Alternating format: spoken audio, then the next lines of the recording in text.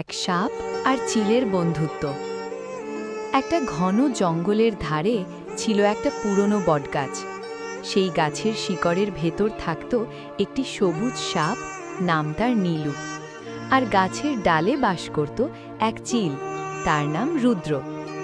সাধারণত সাপ আর চিল মানেই শত্রু, কিন্তু নীলু আর রুদ্র ছিল একেবারেই আলাদা। একদিন প্রচণ্ড ঝড়ে বটগাছের ডাল ভেঙে পড়ে।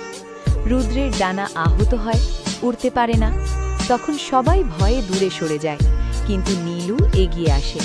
সে নিজের শরীর দিয়ে রুদ্রকে জড়িয়ে উষ্ণ রাখে। বিষধর পোকা কাছাকাছি এলে তা তাড়িয়ে দেয়। কয়েকদিন পর রুদ্র সুস্থ হয়। আকাশে উড়তে পারলেও সে নীলুকে ভুলে যায় না।